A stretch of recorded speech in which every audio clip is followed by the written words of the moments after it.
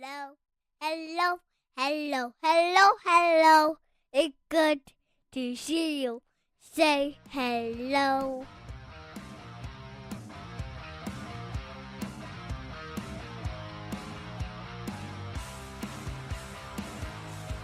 Welcome to the Huskies Hockey Podcast. Weldie and Andrew here to talk very little, actually, this time about Huskies hockey, as it is our annual.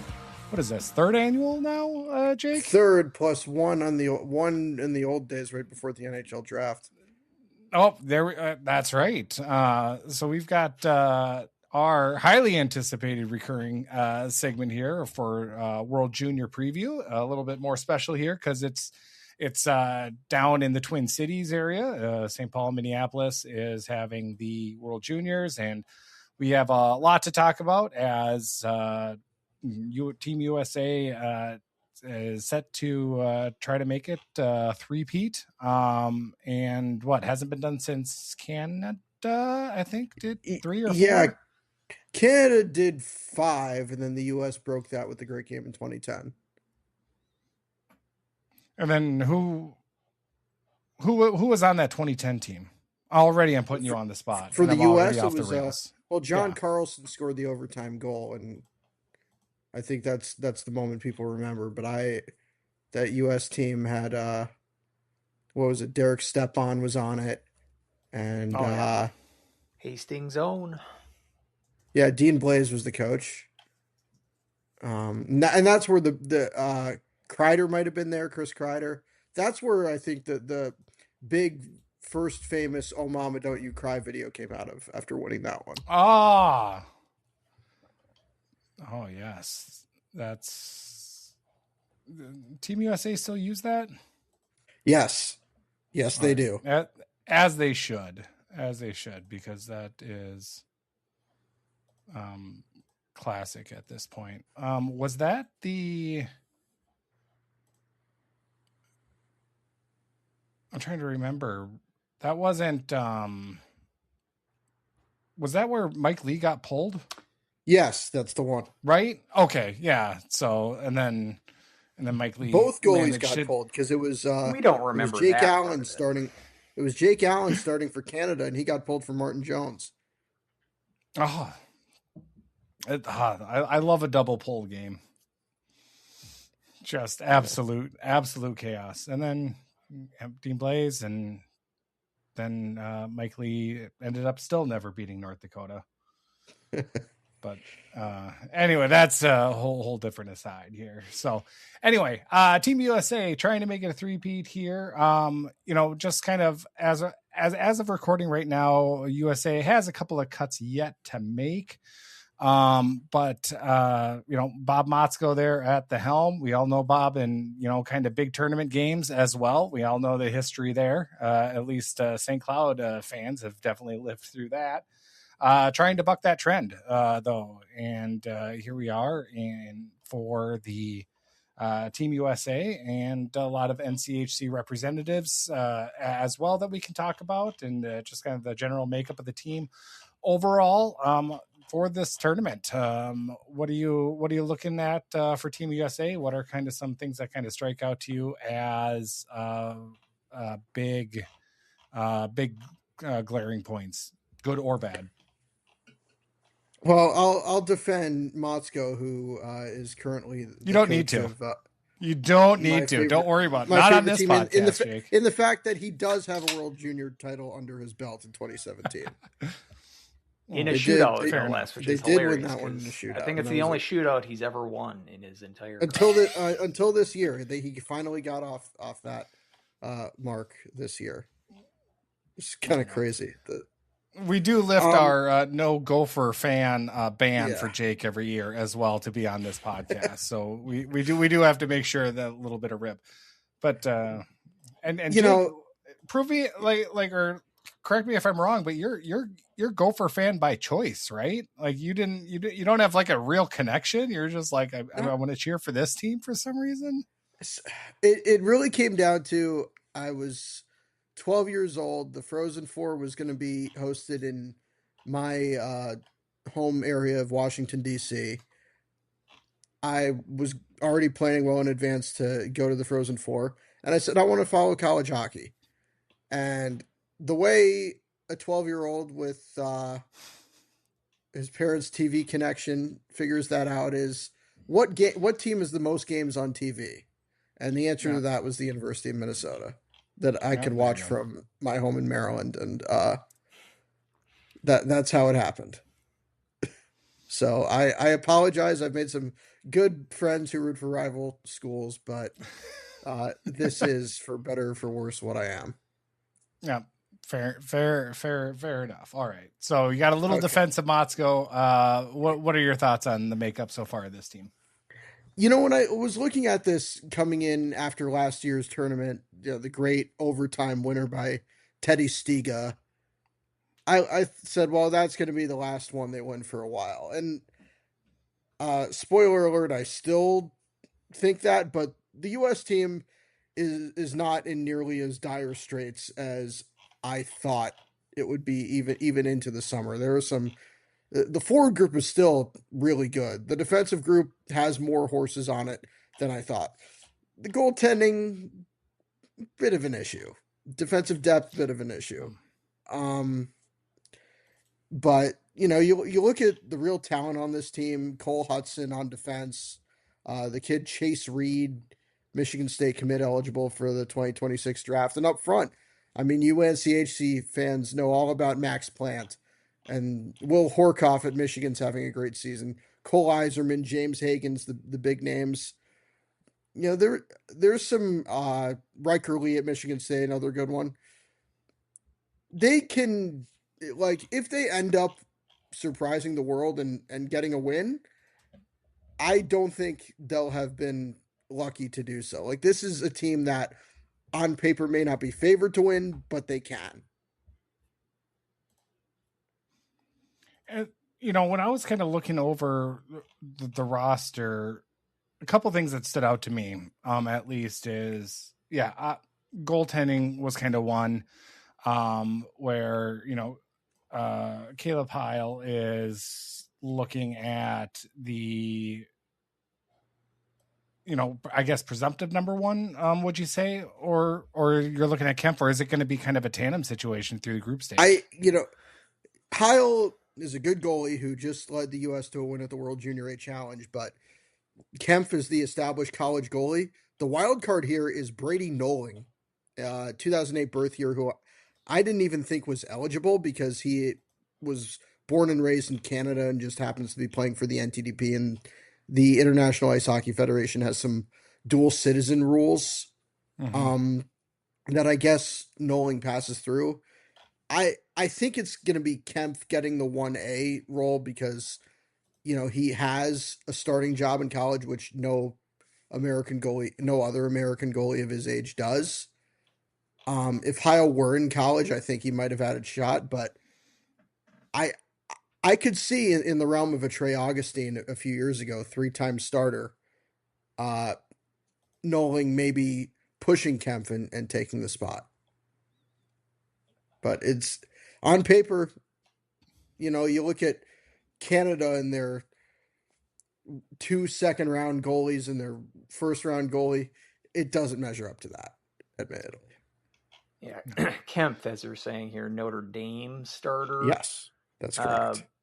Second year there, and Notre Dame's been pretty bad the last 2 years. So these numbers, .893 save in both of his 29 games combined at the NCAA level in the last 2 years, and a lopsided win-loss record more towards the L's than the W's. But you got to factor in the Irish in a transition period, new coach this year, and they've been a mess, frankly, in the Big Ten, sort of the doormat, certainly this year. So is it one of those situations where kind of put those numbers, take them with a grain of salt? And he's going to obviously be having a much better defensive core in front of him at the World Juniors than he does in South Bend currently. So it is kind of seeming like conventional wisdom that he's at least maybe get the first chance to start for the U.S. here. Now, I like Nick Kempf. I think he is a good goalie, Washington Capitals prospect. I'm not sure exactly what his upside is, but if he ends up as the number one, I think he would be deserving. I think the issue is you look at what the U.S. has had in the past.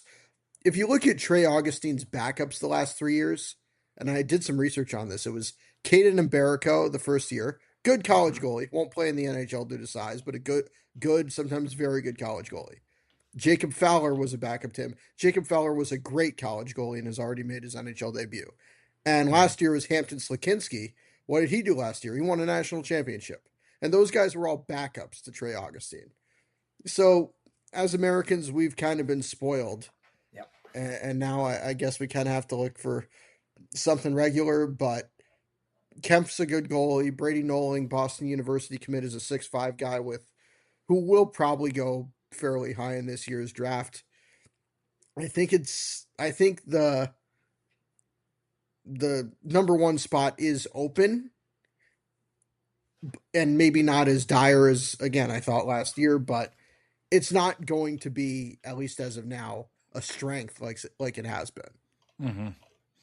And Heil is a North Dakota commit as well. I good believe. Goalie. So Tampa Bay Lightning prospect. Good goalie. And he's kind of been talked you don't up. often. Yeah, he's been talked up by UND fans as, hey, finally we get a recruited goalie coming in, because they haven't done that in recent years. Except they bring in Spunar sort of as a late commit this year, and he's really grabbed that starting job by the horns for them. So maybe there'll be a healthy competition next year between Heil and Spunar and Grand Forks. Yeah, I mean, look, I don't mean to disrespect Heil, but I think he is not going to be the number one in this tournament. And you know, USHL is a good league, and it's better to play there than not play at UND. But you know, he just played for USA Hockey in a tournament starter, but one that was at, you know, more his current level. Mm-hmm. Yeah, you don't often see a lot of USHL players, you know, in this tournament in general. Right. And then to kind of put that as a goaltender, you know, it's definitely a step. So, that's definitely going to be kind of a battle to watch, a position to watch. Other thing that jumped out to me is looking at their, you know, moving, I guess, from the crease in, looking at the defensemen. I was kind of impressed, you know, at least with the size of this defenseman squad. Now, again, like you said, there's another cut to make, but you have, you know, Fiddlers at 6'5" out of the WHL. Hensler's at 6'3". EJ Emery from North Dakota is at 6'3". Tanner Hendricks, who would be on this team if his brother didn't injure him, is also, I believe, 6'3" on the Huskies roster. And then obviously Kleber, who we've seen quite a bit over the last couple of years at Minnesota Duluth. I think he's 6'5", 6'6". So, you know, a lot of size. So I'm going to take it that this group is going to really try to use that size, really be physical. You know, when you get to the group stage here, because, you know, with that, especially with, you know, obviously I'm looking at Sweden. But, you know, it's, you know, Canada and United States are in different groups this year. So we're probably not going to face each other unless the stars align there in the middle rounds. But it's just looking at, you know, sometimes you take that size, you give up maybe a little bit of speed. In this type of tournament, it's kind of a coin flip on which one is going to win out in the end, in my opinion. You know, the size thing is interesting, and I think this is size behind the clear and obvious number one defenseman, who is the smallest defenseman on the roster, Cole Hudson, 5'10", 5'11", Boston University. Another member of the Hudson family. We see what Lane is doing with the Montreal Canadiens. Cole, Washington Capitals prospect, is going to be the offensive driver in this team, kind of like Zeev Buium was last year. But behind him, you know, you do worry about where the offense is coming from. Chase Reed is having a great year in the OHL and will be a top 10 NHL pick this year, but he is still very young. So I think, the guys with size, I like, maybe not as big, but I like Luke Osborne at Wisconsin. And then you have Kleber, who's, I think, a really good defensive defenseman. EJ Emery is having a good season. I think because it's Hudson and a lot of uncertainty on the offensive end, you have to focus on shutting the other teams down, maybe even physically, especially knowing that your goaltending is a pretty big question mark at this point. You're kind of limited by what the player pool is doing, and you still have 2 cuts to make on the defensive end. But I think you're on line with some of the strategy beyond Hudson. Yeah, do we think who's going to be with Hudson on that top pairing? That's a good question. I'm gonna in terms of repeat guys on this roster. Hensler was there last year. Yeah, I was going to say Kleber, Hensler also have experience from last year. Emery was one of the last cuts from last year, but so I was kind of going with either Kleber or Hensley or Kleber or Hensler. It's a bit of a tongue twister, but yeah, I'm looking at the lineup for the exhibition they played against Germany yesterday, and Hudson and Kleber were the scratches, which might give you an indication that they might be paired together. Okay. And Kleber shoots right, Hudson shoots left. It makes sense. Mm-hmm. Yeah, I think there is, in terms of, I think you hit the nail on the head there in terms of Hudson's going to drive offense from the point. The others, I think, are more in the defenseman mold. At least the ones that we're thinking of are going to be key contributors, ones that have experience with this team. You mentioned a couple of cuts are going to be coming from the defensive core. We're probably looking at the younger guys. Yeah. I mean, Brestevich, OHLer, one of the 2007 births. Yeah, Asher Burnett, maybe. Yeah, one of the several Michigan guys. You've got Burnett and this Dakota Rayom Mullen, if I'm pronouncing that correctly. Another one of the Michigan guys. We get to talking about Team Canada as well.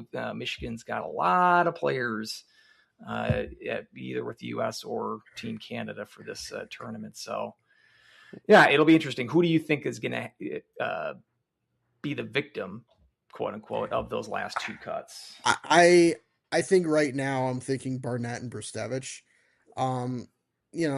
Barnett doesn't really do anything flashy.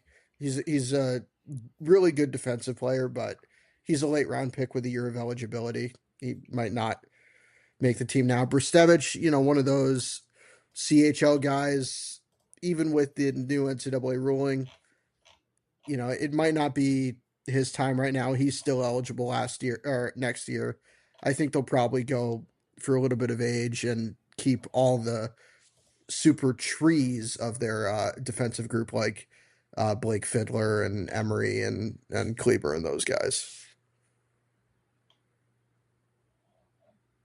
Now, Brustevich, he plays for London, the London Knights of the O. Younger brother of Hunter. And he's not committed, right? No plans to go. Because I was looking through and I was actually kind of surprised on how many CHL players were committed. Like you had Chase Reed committed to Michigan State. You have Kwasnica, Jacob. Thank you for saying his last name because I was going to butcher it. But yeah, he's playing in the dub. He's going to be going to the U of M next year.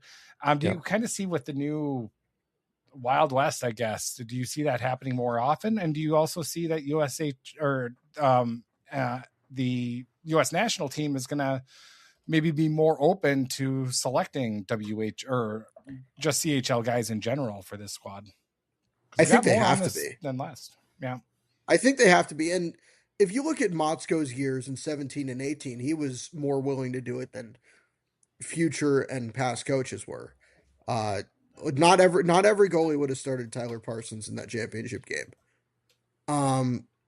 But I think you kind of have to. It's such a different world now, and a lot of guys either college hockey's getting older.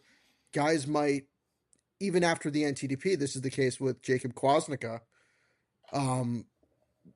chose the WHL over the USHL when he wasn't able to advance to college right away. I mean, Chase Reed's story is he was playing in the NAL and he just ended up on an OHL roster and started killing it.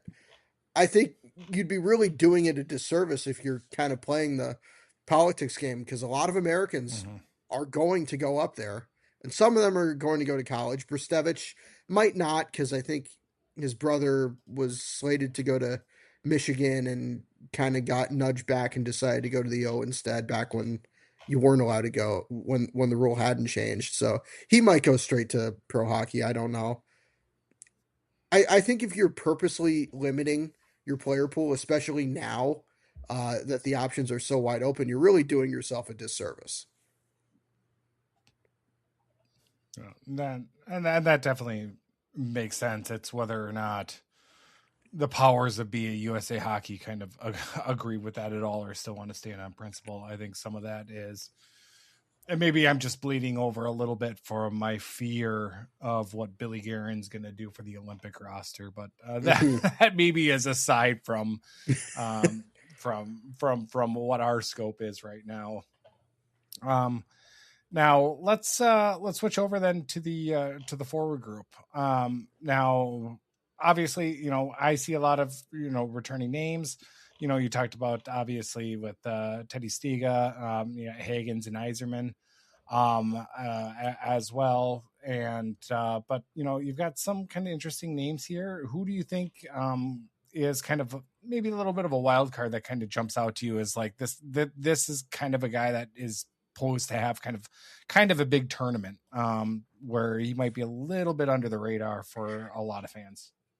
I'm glad you mentioned that. I'm going to put out Riker Lee here, and I know he's a first-round draft pick, but he didn't come through the NTDP, so he might not be as well known. I think he's a Michigan State player, Nashville Predators draft pick from Chicago, 6 goals, 13 points in his first 16 games of college. But I wasn't super familiar with him until I looked through the draft process last year, but this guy is so fun to watch. He's a real good one-on-one player, really good stick handler.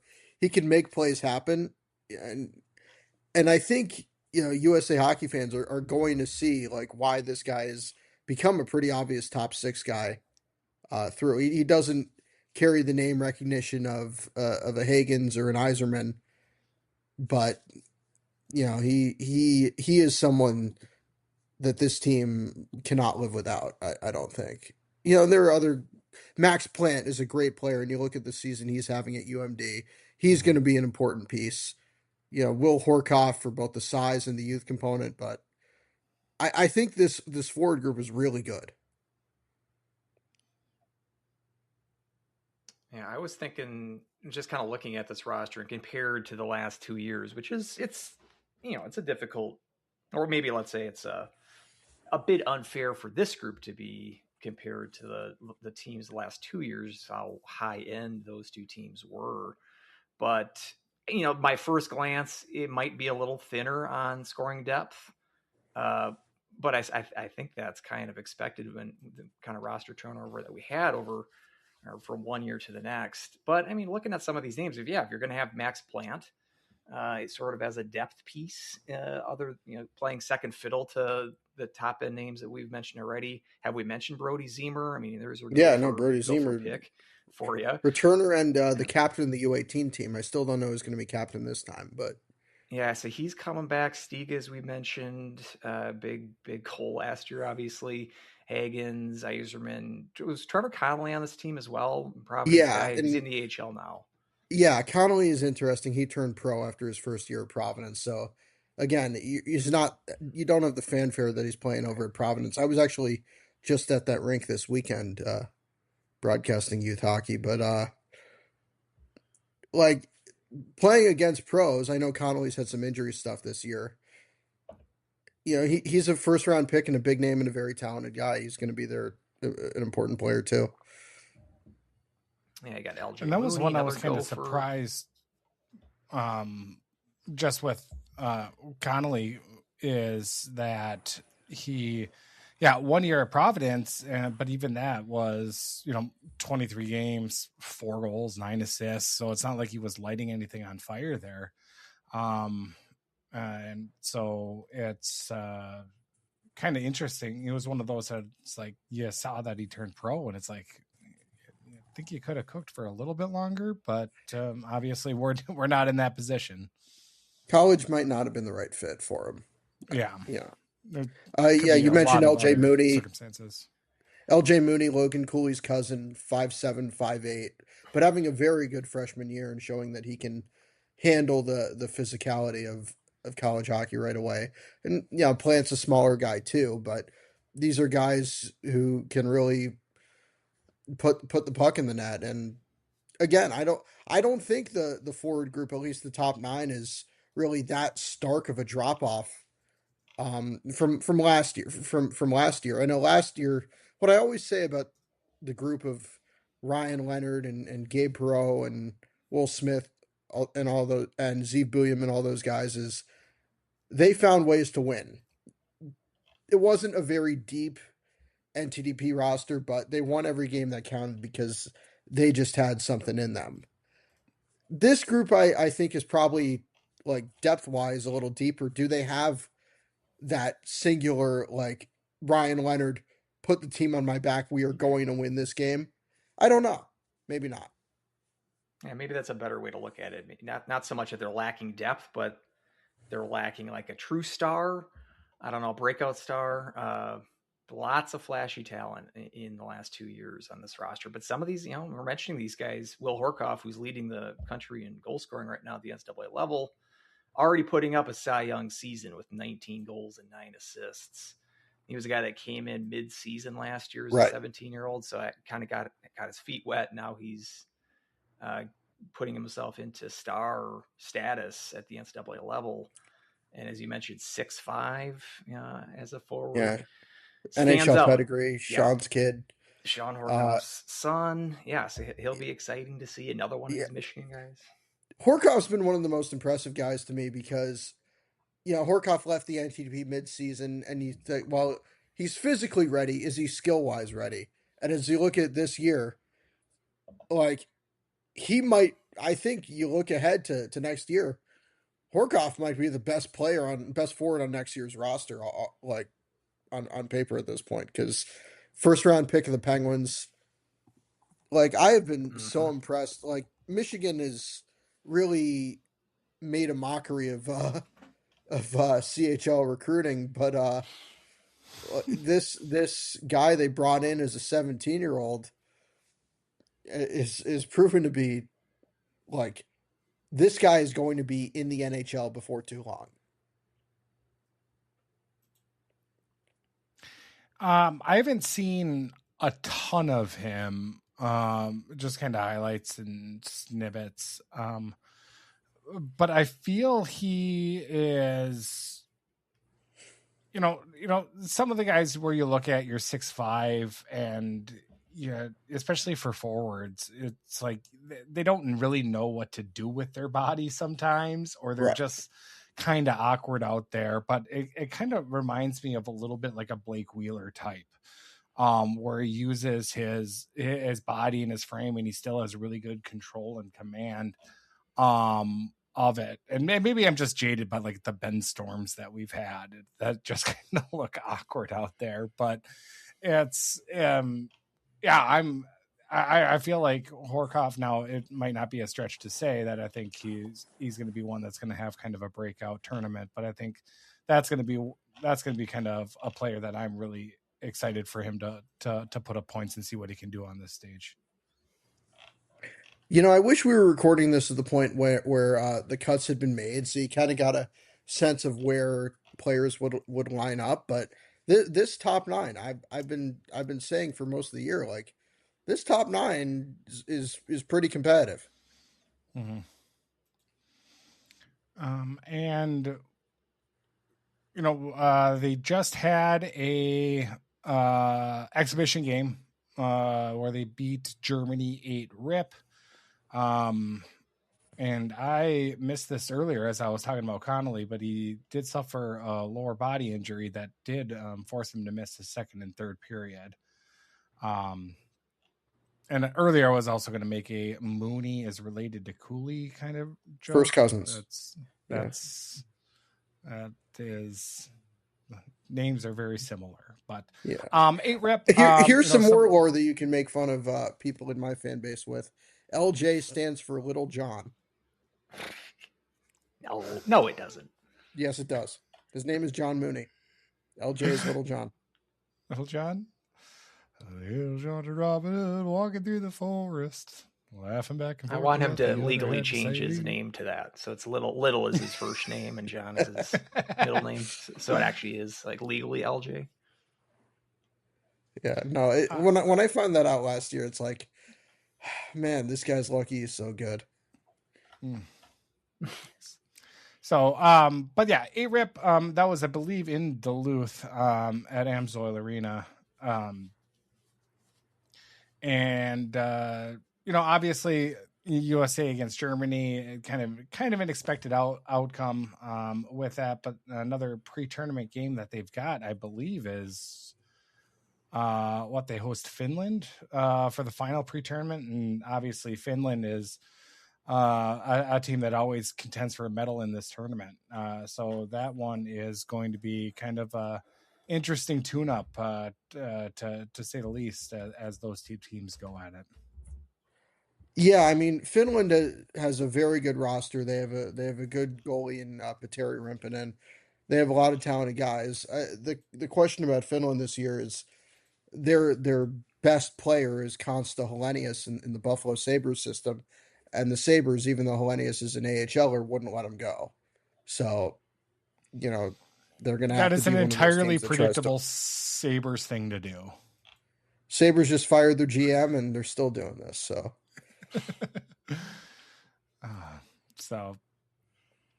I mean, you're Minnesotans. You have Kiva Harju, a pretty big prospect on that team. That's he's a defensive captain, right? Yeah. Yeah. So it's I'm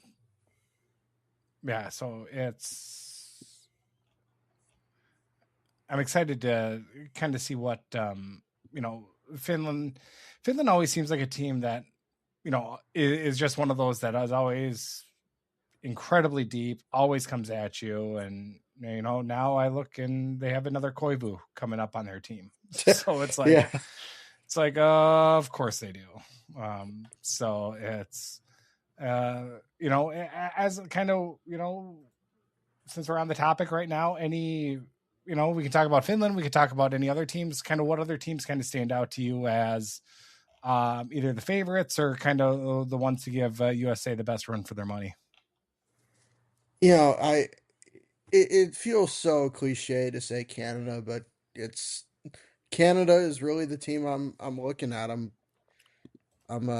checking out their roster right now, which was recently finalized minus the goalie position, because Canada has this weird habit of only bringing 2, but that's a story for another time. A lot of the big names that you're hearing for this draft, some with college connections, like Gavin McKenna and Keaton Verhoff, are on this team, and a few of the college freshmen and sophomores like Michael Hage at Michigan and Porter Martone at Michigan State.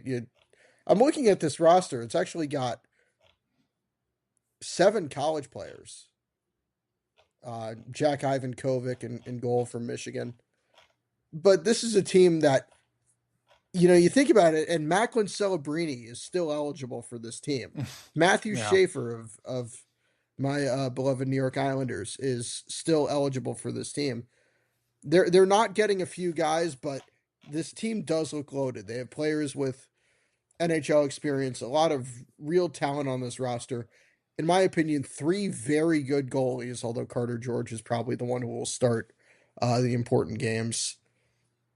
Like, this is a younger Canadian team than you usually see, but if I had to pick right now, that team looks like the favorite. Quickly, as you were talking about Verhoff and McKenna, do you kind of see this as kind of auditioning for number 1 overall pick? Yeah, a lot. Seems like a few of the scouts have soured on McKenna a bit. Maybe it's handling physicality or whatever. I mean, Verhoff certainly seems to be one of the guys in the mix. I know a lot of people like Ivar Stenberg, who will be on the Swedish roster. I think that, like, just like last year, although Matthew Schaefer really pulled away by the end, at this point in time, the race for number one is pretty well open, and a guy who has a big tournament can really make a bigger claim for the number one spot with a good performance here. Whether that's McKenna, whether that's Verhoff, whether that's Chase Reed in the U.S. system, we really don't know yet. One of those years where it seems wide open.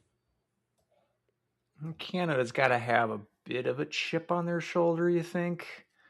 Two kind of, disastrous results for them. Relatively speaking, crapping out to Latvia, yeah, and my beloved Latvia. As you mentioned, so they're going a little bit younger. They're much more of a NCAA presence on this team. We talked about kind of the CHL effect on Team USA's roster. It kind of in flip side, much more NCAA participation here from Team Canada. Is this it's probably easy to say that just because based on recent results, but you look at this class, the top end names that we're talking about, McKenna, Martone, those kind of guys, Reshny, who we haven't mentioned yet, another NCAA player. Huskies would have saw him with North Dakota a couple of weeks ago. Verhoff as well.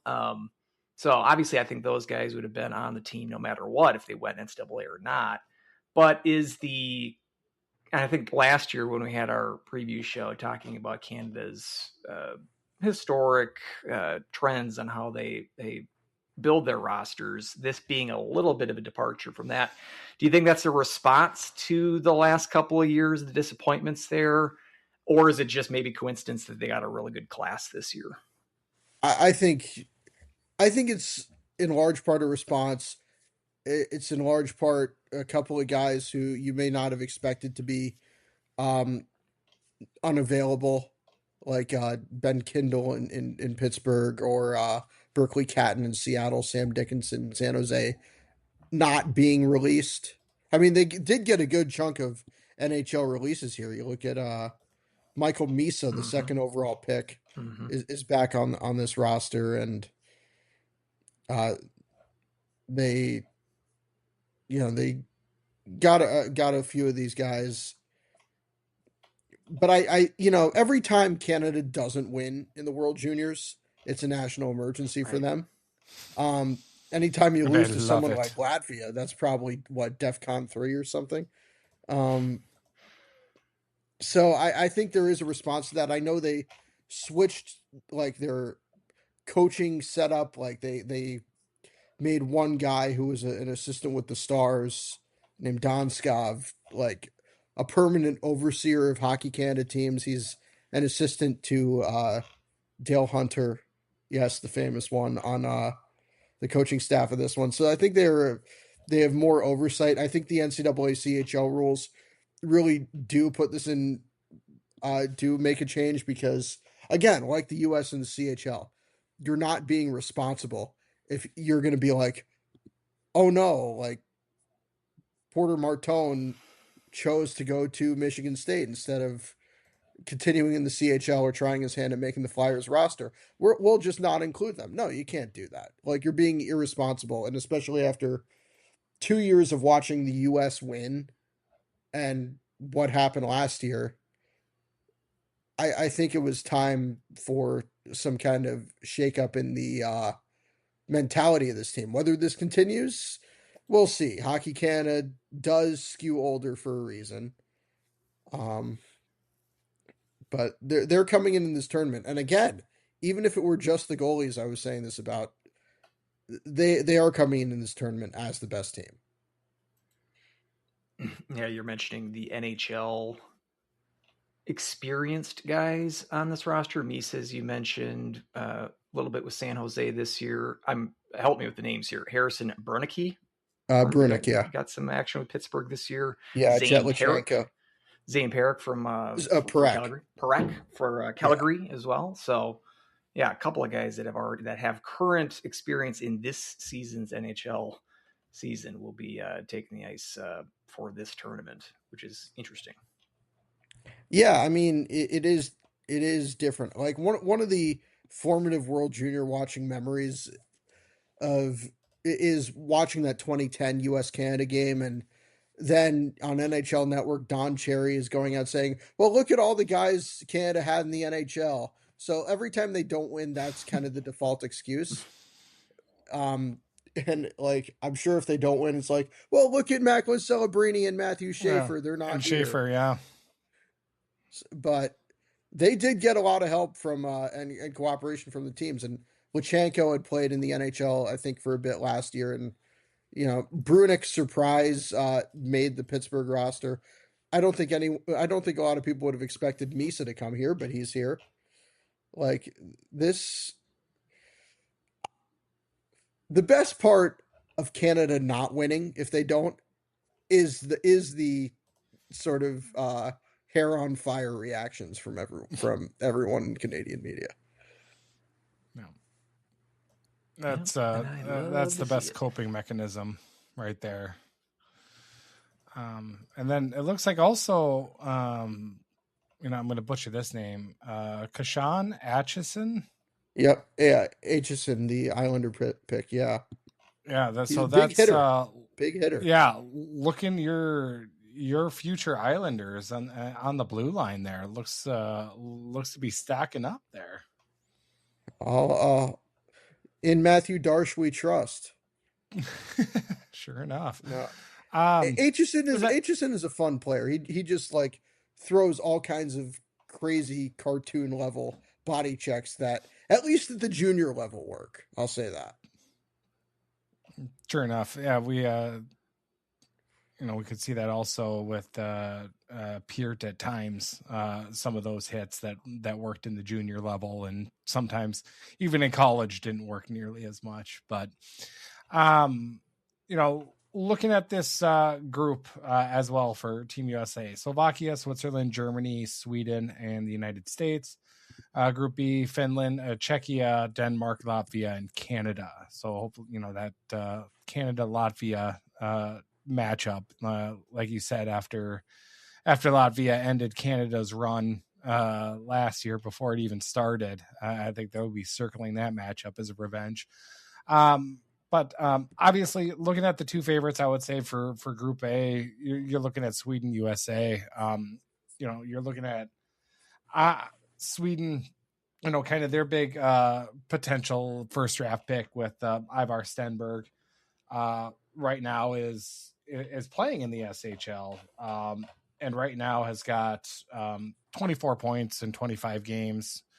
On a points per game is beating out former players like both Sedins, Peter Forsberg, that played at that level. So, I mean, he's Stenberg seems to be the, one of the other guys that are highly touted coming in that are really looking to vault Sweden up there to make a run at that championship. They also have Anton Frondell, who was the third overall pick by the Blackhawks in this past year's draft. So I think, those two who I'm not sure if Frondell will be playing wing with or center. Stenberg's a wing, so it could be those two both on the top line. But those are two players that maybe the U.S. might not have like the same dynamic ability as. It's going to be tough. And, when we get into the medal predictions, I'm going to hammer this point home again. Sweden, a long and undeniable history of choking at this tournament. Like, yep. The 2012, when they won 1-0 over Russia on a overtime goal by Mika Zibanejad, is their only gold medal win, not just this century. I think you have to let me fact check this. I think it was 81. Yeah, that's right. 81 and 2012. So they're only one since anyone started paying attention to the World Juniors was 2012. So I have a hard and fast rule: never pick Sweden to win gold, but they could easily win the group. They've been doing that a lot. Kind because during those years, also, I believe they've had an unprecedented group stage record. Right. Where group stage isn't a problem, but once you get to that tournament format, that especially Andrew loves a one and done tournament format, where it really rewards luck. Sweden hasn't had a lot of it. Yeah, I mean, look, they finished second 4 times. They had they were second place in 2024 to the U.S. in really maybe the chippiest World Junior gold medal game I've ever seen, and it didn't have Canada in it. But one where the U.S. was just giving the business to the Swedish crowd. Really, that's going to get up there with one of my favorite World Junior wins, just because the visuals of like Rutger McGroarty and Ryan Leonard like giving every kind of taunt to the Swedish crowd. So like this Swedish group really hates the U.S. group and vice versa. We'll really see what happens. Sweden is kind of has like, you know, they play the same basically every year. I know they have a couple of college guys, Sasha Boumediene at BU. They have Bjork from Colorado College. They have Nilsson from Michigan State. But everything with Sweden, wait till the medal round and see what happens. Yes, let's before we get to the medal round. What I like this, I don't know, maybe I'm thinking too much into it, but so we got this group for the US. Their first game is against Germany, then Switzerland, then Slovakia, then Sweden. To me, that's kind of like in reverse order of the strength of that group. So you're kind of like easing yourself into the better competition. Am I overthinking that, or is that kind of like an ideal kind of setup for this Team USA for schedule for this preliminary round? You know, I didn't even think of that. I think you're completely on the money right there. That's all right. We're done with this show. Thank you. Hey, that about does her on this episode. Is that the first time you've ever been told that in this podcast? Certainly on one of our World Juniors previews. Yes, I've been doing my homework. I'm trying to keep up. I didn't even think of that, but yeah, I mean, maybe you switch Germany and Switzerland at this point, but other than that, right. like, you know, it's that definitely seems like you're going into the New Year's Eve game against Sweden, and that's going to be a big one. You know, they always are, but now in Minnesota with the Swedish population there, I'm sure a lot of people from Sweden would make the trip. New Year's Eve games are always fun, and if you can't play Canada, I think playing Sweden, especially with the animosity this player pool has towards Sweden, I think that's going to be a really fun one. I think that's kind of an underrated aspect too going into this, or at least not really reported on. So I hope I could probably count on Schlossman digging up some kind of article about some of the feistiness between these two squads. Yeah, they go against each other at the U18. They go against each other at the World Juniors, and you kind of just build up from there. Like, I think if you ask the more recent American players, the ones who have been World Junior age, I can't remember which one I heard say it, but like I seem to remember last year someone on the World Junior team saying like Sweden was the one he really hated.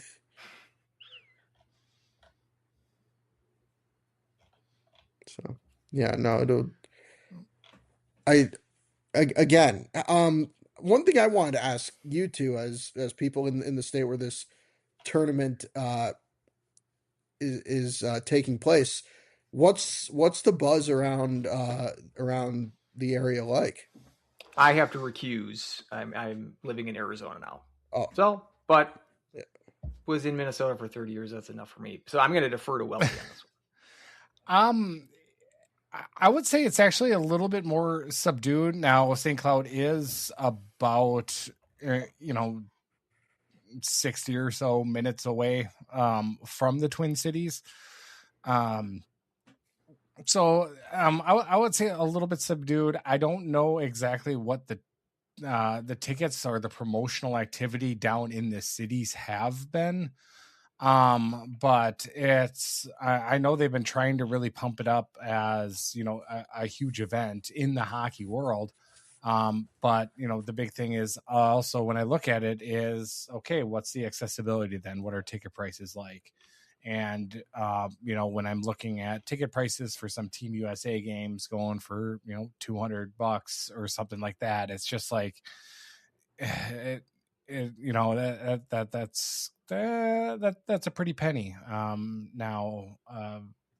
But some of those ticket prices and those packages as well, like if you get a chance to get to these games, especially you're looking at some of those games going to be happening there at even at Mariucci, is going to be some incredibly good hockey that are going on. It is a little bit more subdued, but I think hockey as well kind of lends itself that way. And hockey itself is a really niche sport, and it kind of lives in this punk rock type world in a sense. And I think it's always had kind of a little bit of trouble breaking out of that and getting more mainstream.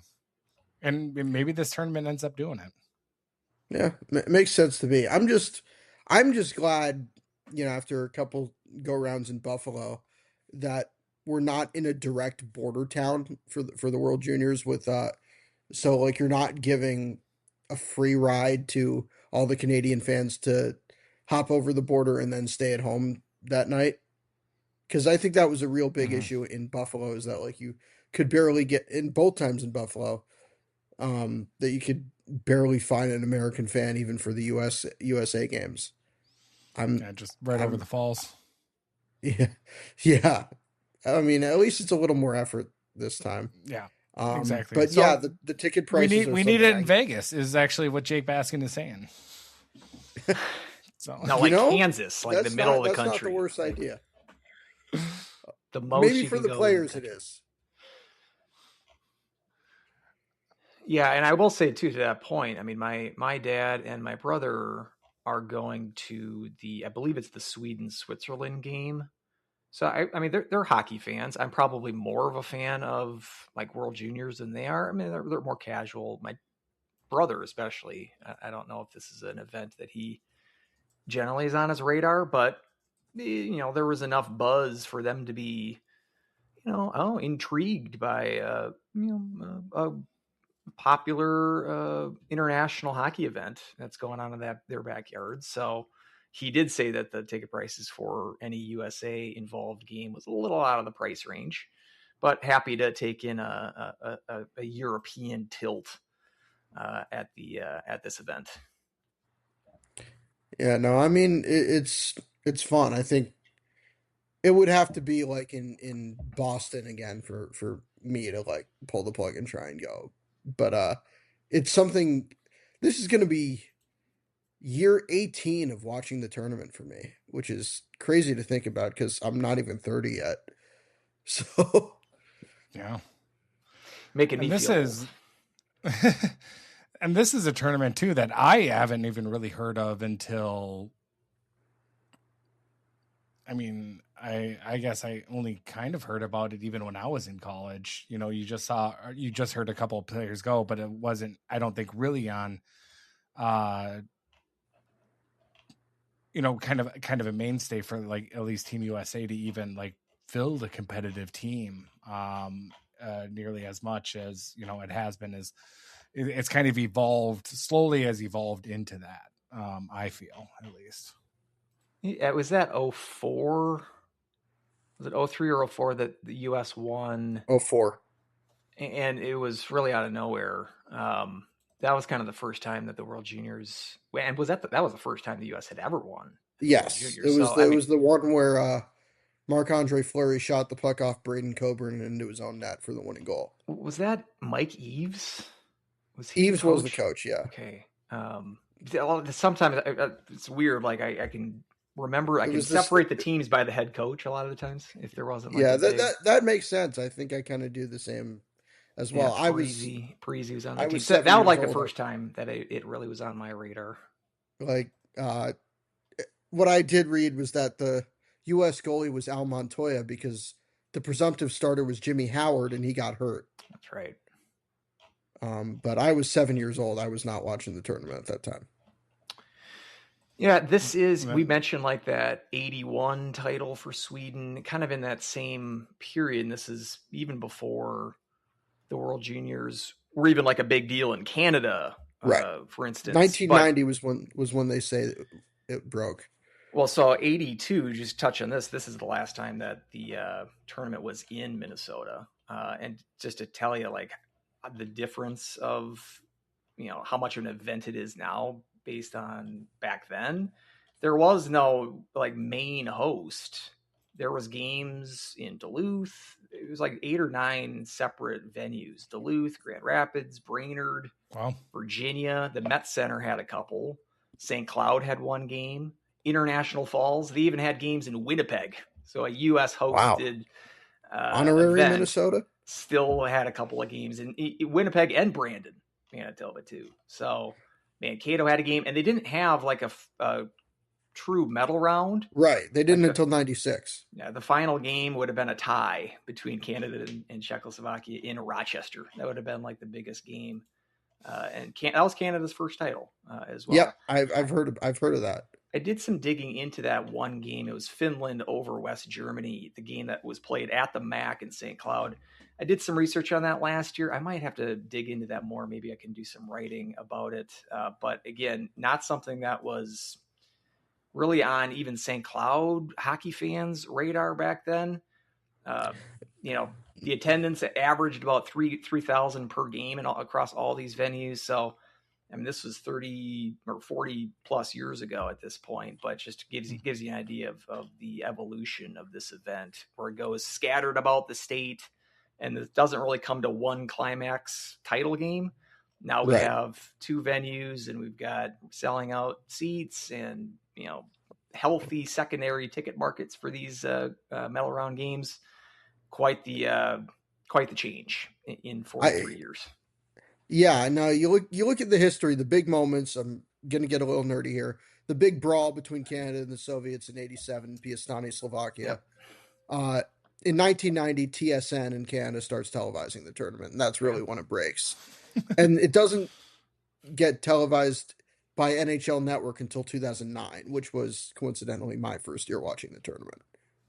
And I don't know when the point it broke in the U.S., but the fact that the U.S. has won a few of them has probably, every win helps a little bit get more fans on.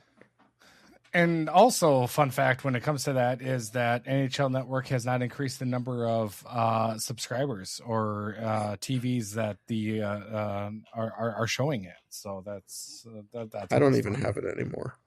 No, that's the thing. And that's the thing that ticks me off the most. And I swear I wasn't going to get on this rant, and I'll do an abbreviated version because I think everybody's sick of it.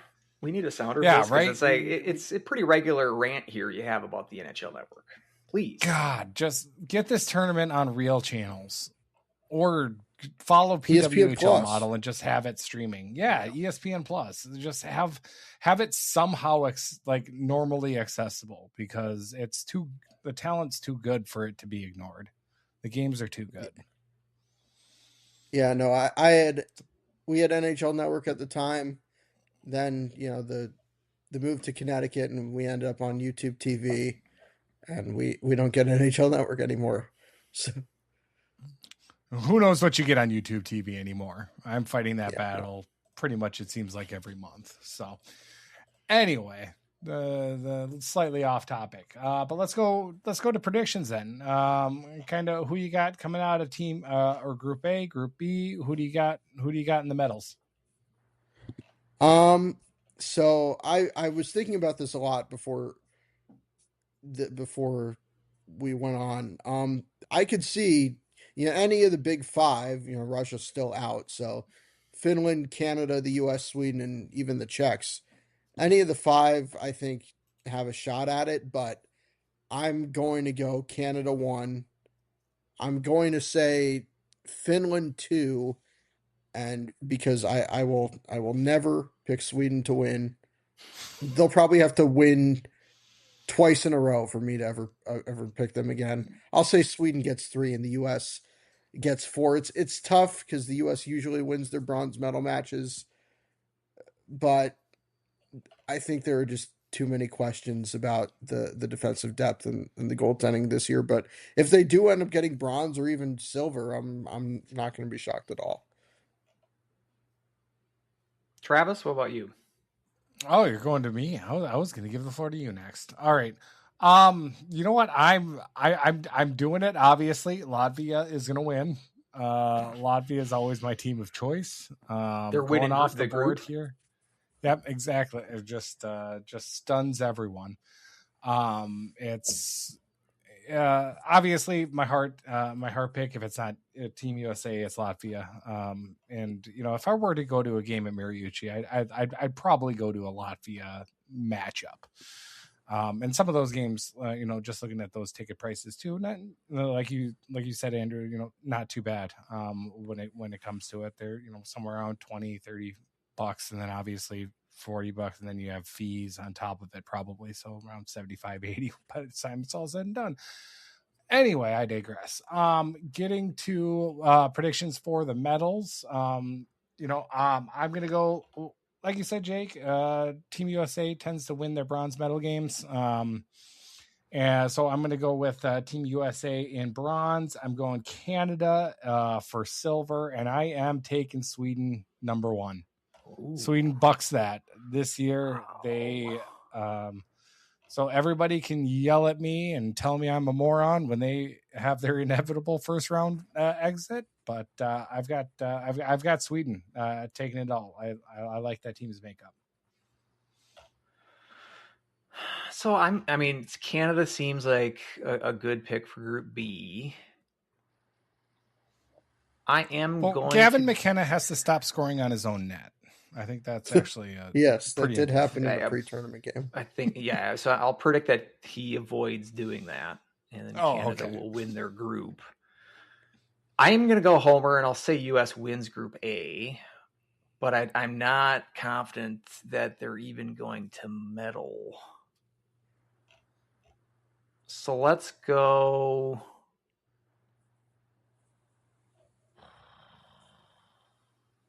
Go Finland over Canada, the title game. I can see that. I don't know if this can happen though. Can I have Czechia beating the U.S. in the bronze? Sure thing. I think. Let's see. If the U.S. wins the group and say Czechia finishes third in the other group, and it could happen. They can meet. It could happen. Yeah, that's what we'll go. Czechia always seems to be like the team that's under the radar. No one really kind of talks about them, but they've been having good tournaments. Of late. So I'll go Czechia over the U.S. in the bronze, but Finland over Canada in the gold medal game. I would also like to shout out this year's 10th team, Denmark. Well, that was my next pick. Yeah, who's going to be in that relegation? Who's going to be in the relegation game? And Norway won Division 1? Is that what they call it? Yes, and they'll be up next year. So it'll be Norway next year. Who is going to fall back? Who's in that relegation game? I'm going to say it's Denmark and Switzerland because I think Germany's on a little bit better of a trajectory as a hockey country than Switzerland is right now. But I was reading Stephen Ellis at Daily Faceoff, and he does not have a very high opinion of this Danish team. So, yeah, I would definitely play. I don't see Denmark being any higher than 5th in their group. I will go Germany.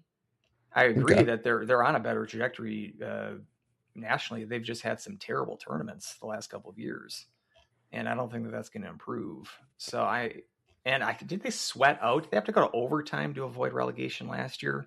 Maybe it was 2 years ago. They've just had some disappointing tournaments. Perhaps that's going to be their motivation, but I'll go Germany fending off Denmark in the relegation game. Yeah, they needed a third period goal to beat Kazakhstan last year. In the relegation game? In the relegation game. And they needed overtime to take down Norway. But I'm going to say They get 4th in the division this year, and Switzerland has to be the ones on their heels. Okay. Always exciting, that relegation game. That relegation, because that's a 3-game series, right? Not anymore. No. Oh, no. That's kind of a bummer. I like it being 3 games. So it'd be hilarious if that was a 3-gamer, but the gold medal game was just a one-off. Just a one-off, that would be perfect right? for me. Yeah, right. I love those series. All right. Well, then I'm picking Denmark, so we all have different teams. You're picking Denmark to go down. Yep. I mean, I did pick Denmark to go down. We all picked them. Yeah. I don't know. There's a Denmark did we all pick them? Show. I thought you said Germany to go down. Germany is going to beat them in the title game, in the relegation game.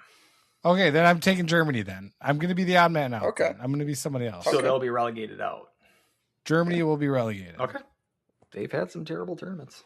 Get out of here. Yeah, and again, shout out to Norway. They've already made it for 2027.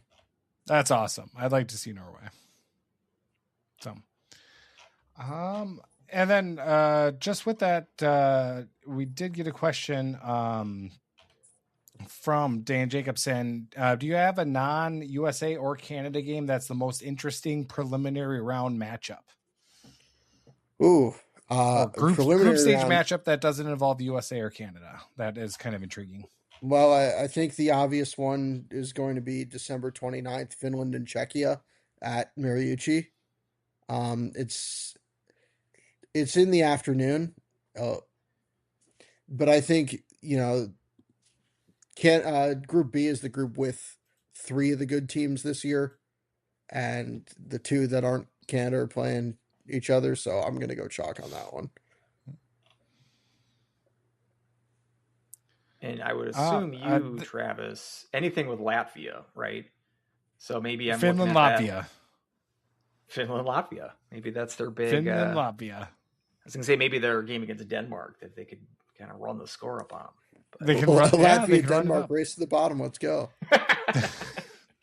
Race to the bottom. They're winning that group, according to Weldie. They're winning that. Yeah, exactly. So there are very few hockey countries I respect more than Latvia. I wish their population size had enough to make them like on the level of of even like a Slovakia. It would, if they had enough people to do that, because they really care. I think it was last year, maybe it was 2 years ago. I haven't forgot it, Jake, when you pointed out that all the first names in Latvia end with an S. Yes. I can't get that out of my head now. And speaking of which, Spengler Cup's going on, and I did see that Martins, a.k.a. Marty, kind of goes by Marty now, but Martins Lavins, who is a one-time St. Cloud commit, ended up going to New Hampshire, made it onto that the U.S. Collegiate Selects, which you do not need to be an American to make that team. You just need to play for an American college hockey team. So I did see that Lavins, who's been injured but putting up a good year in the limited time he's played, is going to be on that team. So there's Latvian influence on the U.S. Collegiate Selects team at the Spengler Cup. For the uninitiated to the Spengler, and I count myself as not really having watched the Spengler before, but knowing about it. Same. It's hosted by, I think it's Davos in the Swiss League. Correct. And they usually invite a Canadian national team of people who aren't on NHL contracts and a few other European teams. This year, that's HIFK in Finland, Freiburg Gotteron in Switzerland, and Sparta Prague in Czechia. But the twist this year is there is a team of U.S. Collegiate Selects who are overworld junior age. It's coached by Guy Gadowski of Penn State. It's multinational. And I think it's really a great experience for these players who might have the NHL in their future to get another crack at international hockey. You have a lot of the bigger, older names in college hockey being out in Connecticut. I really like Joey Muldowney from UConn. There's the older Plant brother Zam here. There's Gadowski's own kid, Mac, who's pretty good. And they have Guyon and from Duluth and Tracy from Mankato as their goalies. it's a fun experience, and I don't think how they do in the tournament necessarily matters. It's just a look at more players and a real fun event for some of these guys who either may have passed World Junior age or may have not cracked the roster and now get a chance to make a trip to Davos, Switzerland.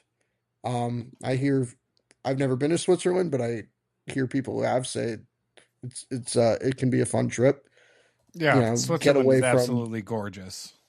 Get away from the college campuses in these cold months.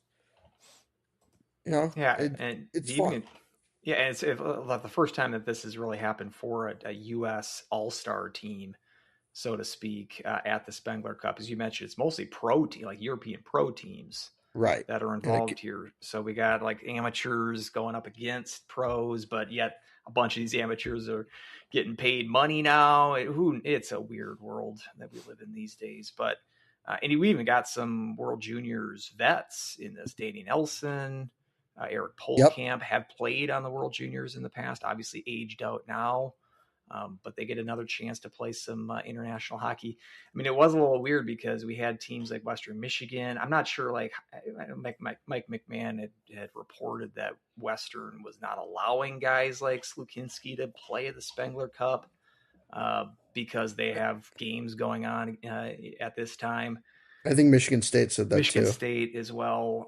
And so the timing. Michigan State I can understand because they had quite a few people on the World Junior team. Right. So like fielding a team might be tough. I mean, Western Michigan at this point, like, it's just kind of being petty. But they have games. Yeah. They have first puffing out his chest after winning the title or something. Yeah. Right. If anything, it might be the only time that they need to do this because they're playing a holiday tournament in Wisconsin and then playing Notre Dame the next weekend. So these guys, if they were to allow them to play either the World Juniors or Spengler Cup, would be missing for 4 games. We saw teams like Michigan is going to be off for like a month plus. They're just not playing games during this time. BC's kind of the same.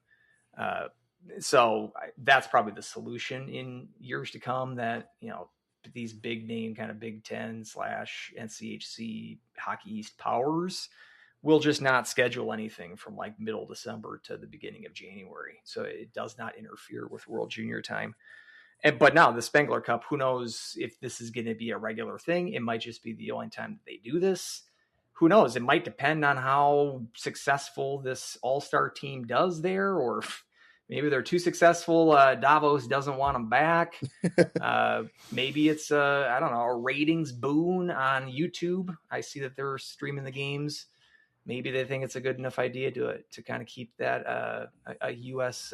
Collegiate team in the mix, kind of like how they do with the Canadian team. More viewers there for YouTube than NHL Network. It's kind of an unknown, and the fact that it is going up against the World Juniors, that'll be a lot of hockey going on. Us hockey fans will be well served during that time period. But I don't know. It's just I don't really have a frame of reference because, like you, I knew the tournament existed, never really watched it, never really had a great reason to do so. But now I do.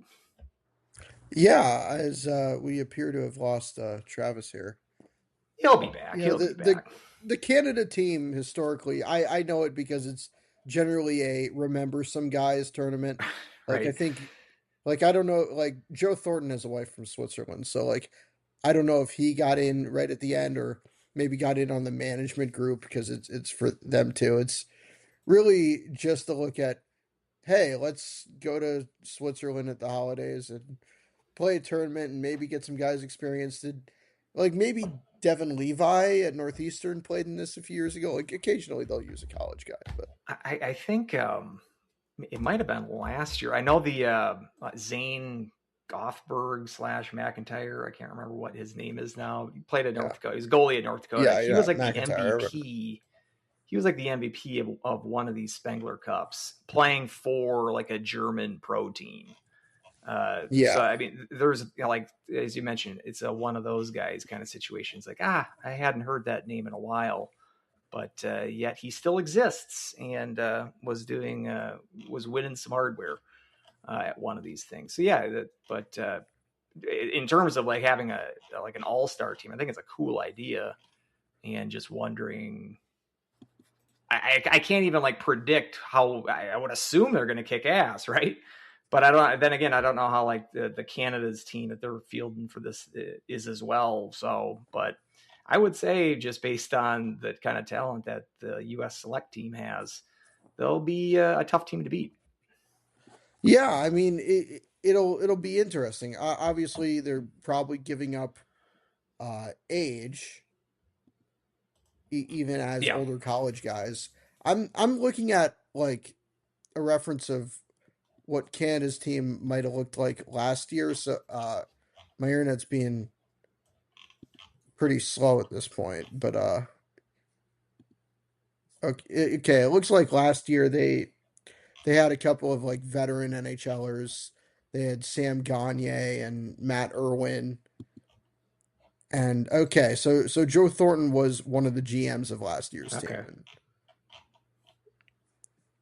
But yeah, it's a bunch of European club teams. And Canada uses AHLers and some European pros and some maybe guys close to retirement who are looking for some kind of farewell tour. One last hit at it. Which I have heard does happen. Maybe some guys looking to get back into the NHL. Okay, there Travis is, so we can stop whining about this one. But I guess that's my Spengler Cup primer, and I hope this collegiate select team. I can't really call it Team USA because it's not quite accurate.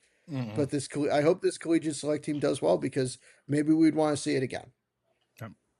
I think it's a fun opportunity. So, we, while we have you on, just kind of one last topic that I wanted to kind of broach. Obviously, also a big women's hockey fan. And just with us, WCHA second half kind of rolling around. How were your thoughts about the first half of the WCHA? How that has gone about as expected when it comes to obviously Ohio State and Wisconsin running away with it. But, I will say first and foremost, I was a little bit surprised looking at Abby Murphy's penalty total. Like, what's going on there? Why is that a lot lower than it has been in previous years? Well, I think, there is a push on her to play smarter. I don't think she's necessarily changed her game that much. I think there was a big thing at the end of one of the Minnesota-Ohio State games where it seemed like everyone else got into some kind of brawl at the end of the game, and it ended up with Chloe Primerano and Gracie Graham getting suspended. So that was the big dust up this year. I think Murphy has done her provocateur stuff plenty this year. She's also just found herself really high on the score sheet. I am not like a thing that I have to wrap my head around as a longtime Minnesota women's hockey fan too is how far behind Wisconsin and Ohio State Minnesota even seems to be mentally. Sure. It's not made for a really fun watch, knowing that and again, I'm not getting any sympathy from the fans of teams in the WCHA that aren't quite as high as this, but the third best team in the country could be like a distant third in their own conference. I don't want to start trouble here, but this is the last year of Brad Frost's contract. And if they don't kind of show they can step up, even if they did have a win over Wisconsin earlier this year, you really wonder. Yep. And the only team to beat those two teams this year. You really wonder if. But can't beat Mankato. Can't beat Mankato. Yeah, I know. Swept by Mankato. I'm actually going to the games at Sacred Heart at the beginning of the year. I went to one of the games at BU as well. So I'm been to that new facility yet? Yes, I broadcast the game there last year. Pretty nice. Oh my God, it's incredible. St. Cloud's got some hardware out of that building. They won the women's icebreaker a couple years ago there. No, great building. I can't say enough good things about it. But like, this is a year of uncertainty for Minnesota women. Wisconsin, this is the end of their senior class. Harvey and Sims and Edwards and Eden and all those great players they have. So maybe their run being like the singularly dominant power, this could be like, you could see a little more parity at the top next year.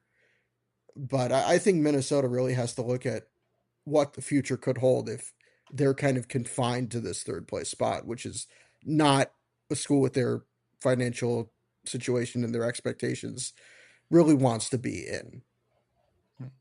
You heard it here first. Brad Frost on the hot seat. On the hot seat. Baskin, but been calling for his head for a while. I know. Well,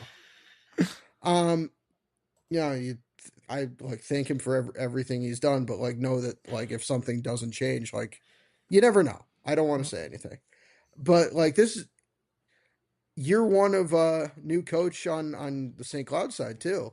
Mm-hmm. It is.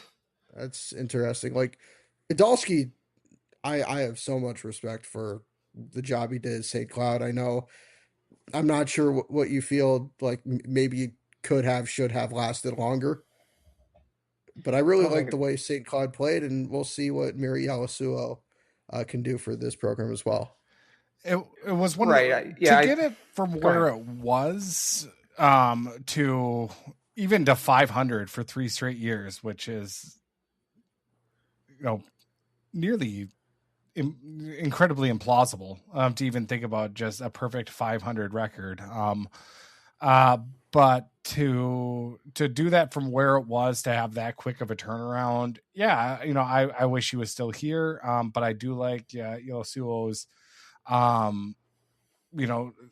mindset, and it seems like she has really taken that on, and I'm happy to see at least we're scoring a lot more goals. It's been a lot more of a dynamic, exciting team to watch.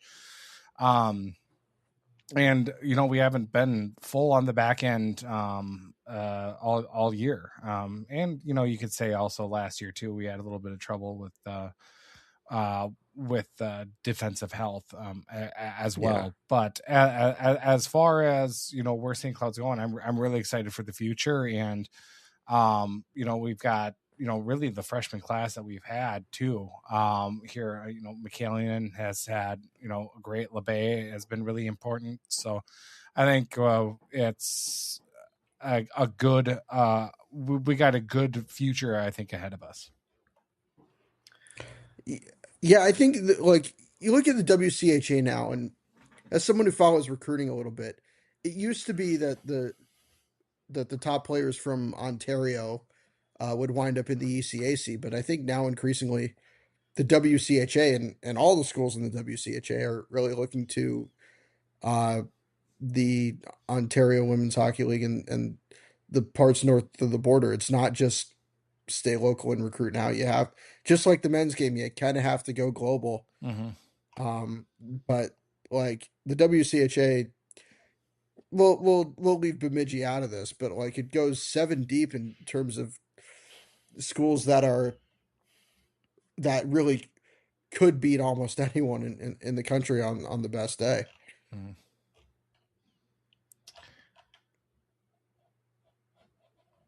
Kind of related with that, St. Cloud has had a lot of success recruiting, especially Finnish players, and then having Yalasuo behind the bench. We've got, and I always say her name wrong, but Nora Ratu, as well. So it's, and now, I mean, Sunderland is a dynamic up front. Kariko obviously is a stalwart in net. Hopefully we can keep those connections kind of going, because obviously those Finnish players over the last couple of years have been incredibly good to us. Yeah. I mean, like it's never an easy game, as Mankato's sweep of Minnesota can can show you there are no cakewalks in this league. And again, as the group behind the top three, the group of Duluth, St. Cloud, St. Thomas, Mankato, has shown that group's competitive too. And in the best years, I know St. Cloud was on the doorstep of the NCAA tournament at points under Adolski, but players want to play in the WCHA and they want to face the best competition. I think that is a good thing for you Husky fans, and with someone with the reputation and defined mindset that Miri Elisuo has. I think things are hopefully looking up for your team as well. Yeah. I certainly am impressed this year. I'm talking about would we have wished that Adolski is still here? In a sense, he kind of is, because this whole roster was recruited by him. That's the one. Yelisuo started to bring her recruits in. They're trickling in now as they're announcing. Follow Sydney Wolf for news on recruits that St. Cloud's been picking up here recently. But that's the one kind of X factor we haven't seen play out on the ice yet, is her recruit. I mean, she had a hand in recruiting some of these players in her 1 year as assistant or Adolski as well. So even that, I suppose we have a little bit of data.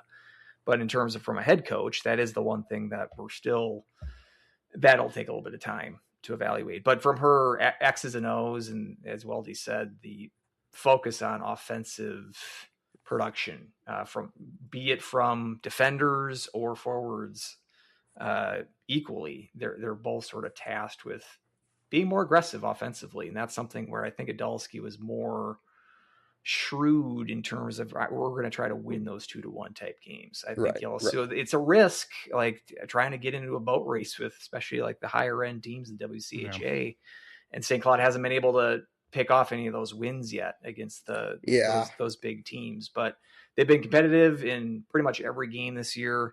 We like to see that. I think the record, they have played the toughest schedule according to NPI. So, which I'm a fan of. You improve by playing the best.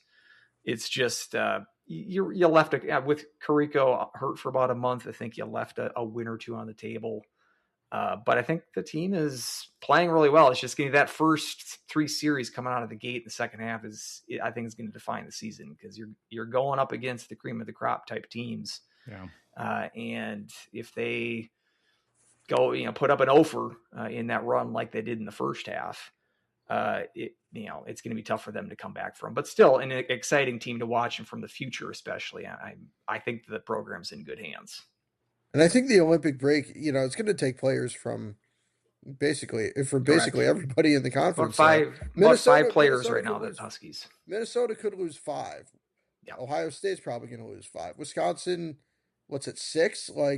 This is going to take a good chunk of those teams. So if you can.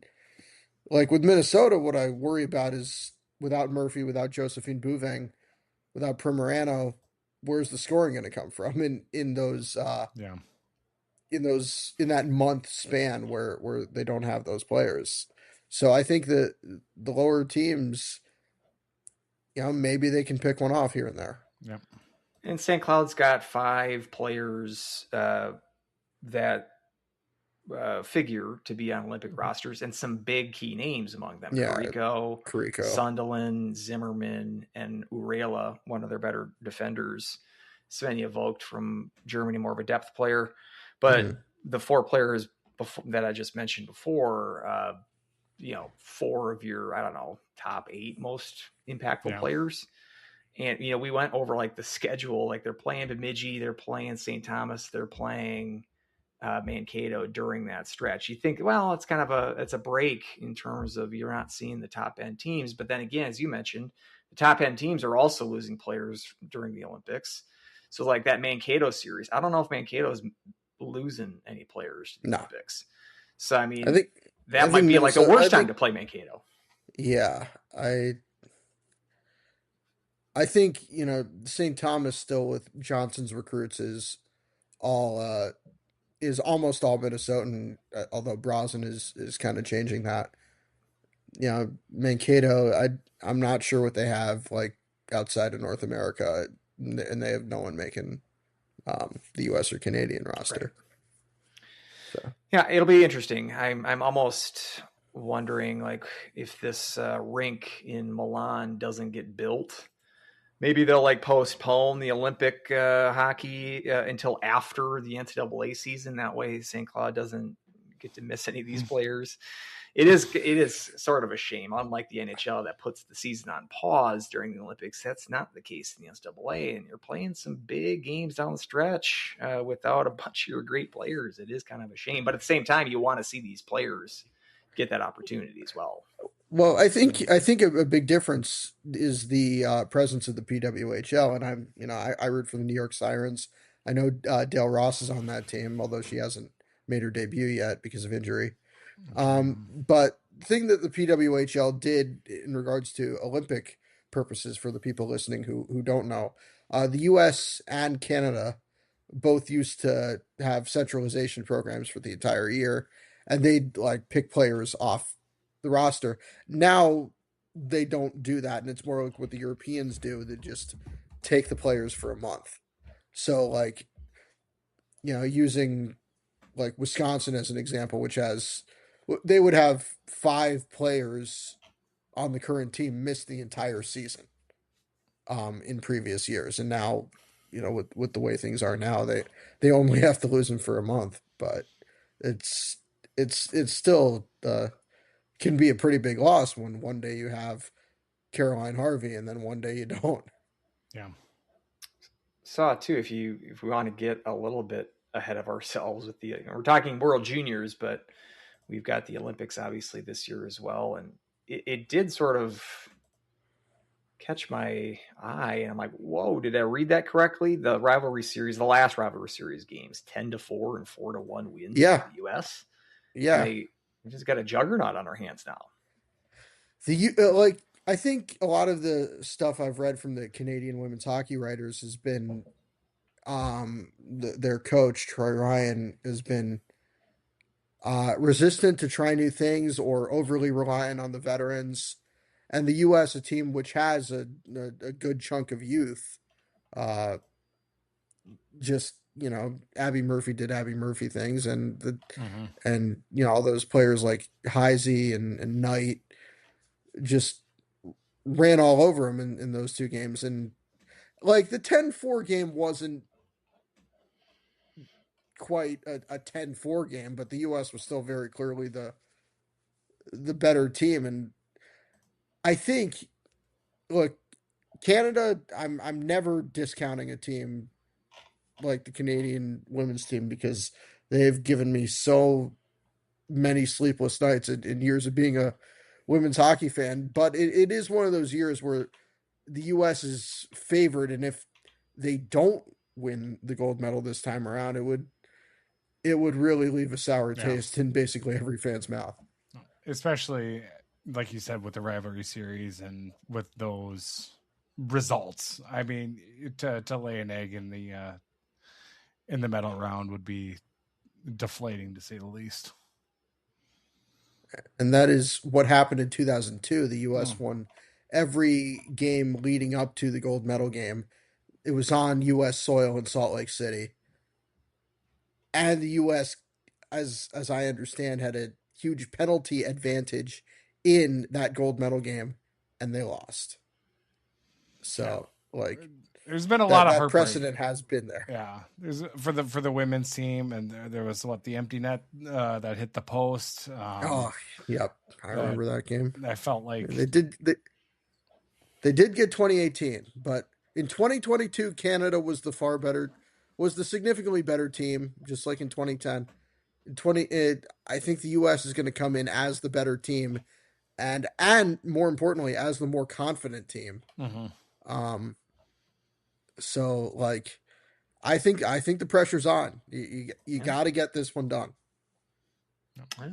We're entering the era now where it's like U.S. has pressure, which coming from someone who remembers in the 90s Team USA as still being the plucky underdog that they were in 1980. it's obviously a role that you want to be in, but it comes with some more pressure. And that's not something that they should be ashamed of or try to walk away from, but it's just, it adds an element that is a little bit new. Yeah. I mean, like, especially with this being the first Olympics that the PWHL exists, and that you have, and this will be the case probably every 4 years, but you have more women's hockey fans around than ever before. Yeah. And like everyone's going to be a big one. And I remember being on like at 2:30 in the morning in 2018 watching the shootout between US and Canada from, I think my dad was on a trip, so it was in my mom's bedroom and making her stay awake and watch it with me. Like, high risk, high reward. When you win these games, and like the men's side hasn't in my lifetime, but when you win these games, it's incredible. Yeah. Indeed.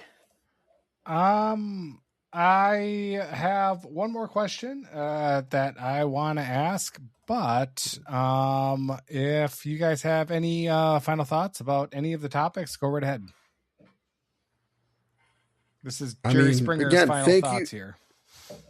Thank you again for having me on. I'm glad I can become your annual World Juniors Plus guest. Yeah. I really do just enjoy going on podcasts, and I guess this is the only podcast I have like a regular time slot. It's the only one that you get a call back on, huh? Yeah. Happy to have you, because if anything else, it forces me to do some research. You're up on the World Juniors much more than I am. It's an event that I really like, but you have the insight, especially with the other teams. It's one thing to kind of focus on the U.S. In isolation, but kind of means little unless you're getting the context of all the other teams that they're going to be facing. So always look forward to you. The invite is always open. Maybe we should make this more than once every 12 months. We could get them on maybe in the summertime too, or something. Or even I can talk draft. I can talk World Junior Summer Showcase. If you want to go deep dive on women's hockey, I can do that too. Maybe we'll do like a Olympics preview. We touched a little bit on it here, but once we kind of have like rosters solidify for that, we got the NHL back in it. We think, again, knock on wood. I'd love to do that. That might be a good idea. We do have that bye week in February for the Huskies, so maybe we can. Well, no, because that'll be after the Olympics. But we can maybe make that work.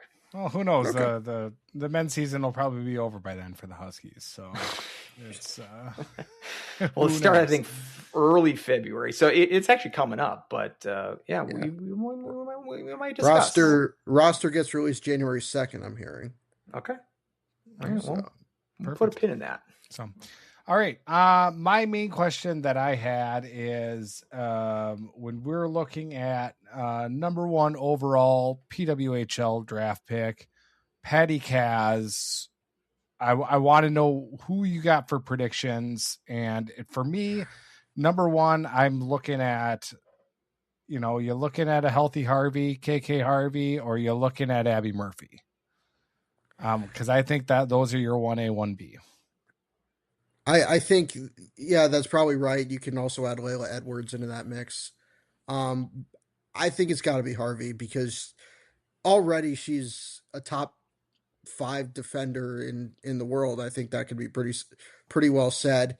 The defense in the professional league is not as strong as the forward group. I think you have to go for positional need, and Harvey, has basically every intangible that you want. I think Murphy is probably 2 for me, Edwards 3, even with Edwards' positional versatility. But it's going to be a great crop of PW. Yeah, player up front. Yeah, like it's going to be a great crop of PWHL in the PWHL draft, and for USA Hockey in the PWHL specifically. Yeah. As for Patty Kaz, the Olympics really do throw kind of a wrench in that. I probably would have said Harvey, but she's missing a whole month. I know Kaylin LaMarche at my master's degree alma mater, Quinnipiac, is having a great season in the East, and she's not Olympic bound. So, I wonder if she steals some votes. You probably can't justify someone winning the Patty Kaz with not even having played a month of the season. I hadn't thought about that because Harvey was just like my presumptive pick for Patty Kaz. I mean, the fact that she's at the Olympics, it's possible they don't hold that against her because maybe. I mean, it's not like it was an injury or something like that. But yeah, I guess I hadn't thought that. That throws a wrench into it a little bit for me. I think I would still go Harvey. I think the St. Cloud players that we looked at based on their schedule, they would miss 6 games. And that's even if they played until the gold medal round. 6 games to me, and let's say like this probably shouldn't matter, but like if USA wins the gold, maybe that even like adds to her resume, so to speak. So I'll still go Harvey, even though that's a good point. I think you make a valid point there. This is the first time we're really seeing this without the players taking off the whole season. Mm-hmm. So right. you never know what will happen, and Harvey's never won the Patty Kaz before, so like it's the one thing she has left to do. Yeah, and she has been like she's been in that conversation for a couple of years now. Like it feels like it's like a career culmination, right? More so than just this single season. We have a term for that on the show. It's the Pacino. When Pacino got his Best Actor for one of his lesser performances, Scent of a Woman. I think Paul Newman. I think the same thing. He got it for The Color of Money. Newman actually Pacino is one I actually saw. Glenn Ross recently, which is one of my favorites, and he got nominated the same year that he won. He got nominated for Best Supporting Actor for Glenn Ross the same year that he won in Best Actor for Scent of a Woman. He's way better in Glenn Ross. They should have just given him the Oscar for that, even though they didn't give it to him for Heat. Man, that's too bad. No, Heat would have been after this. This was 92, but okay, yeah. But it could be a bit of a Pacino effect with Harvey. I still will go with her to win Patty Kaz. But that's a good point. Harvey's to me still the best player in the country. Again, with agreed. With the Eastern voters, maybe splitting the votes, and the breakout season LaMarche has had. She's the one coming out of the East who. And the East has kind of had. The East as a whole has kind of been disappointing this year. Yeah, ECAC's been down this year. Yeah, Hockey East hasn't been quite as bad, but the ECAC's been down this well.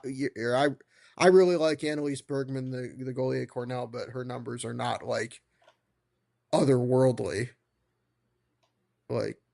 So yeah, it's hard for there to be an Eastern candidate. I'm just looking at the names here. So yeah, I feel like it's going to be one of the Wisconsin players, and most likely Cassie Hall at Wisconsin's probably their best player who isn't going to the Olympics. We got Tessa Janicki from Penn State, who's had a really good career. But she'll be at the Olympics. She'll be at the Olympics as well. Yeah. No, Janicki is the best player, not in the WCHA, but she'll be at the Olympics. Travis has had his eye on that Penn State Ohio State series coming up here. I'm really excited for that tilt. I think Ohio State's going to beat him by 3 goals in each game.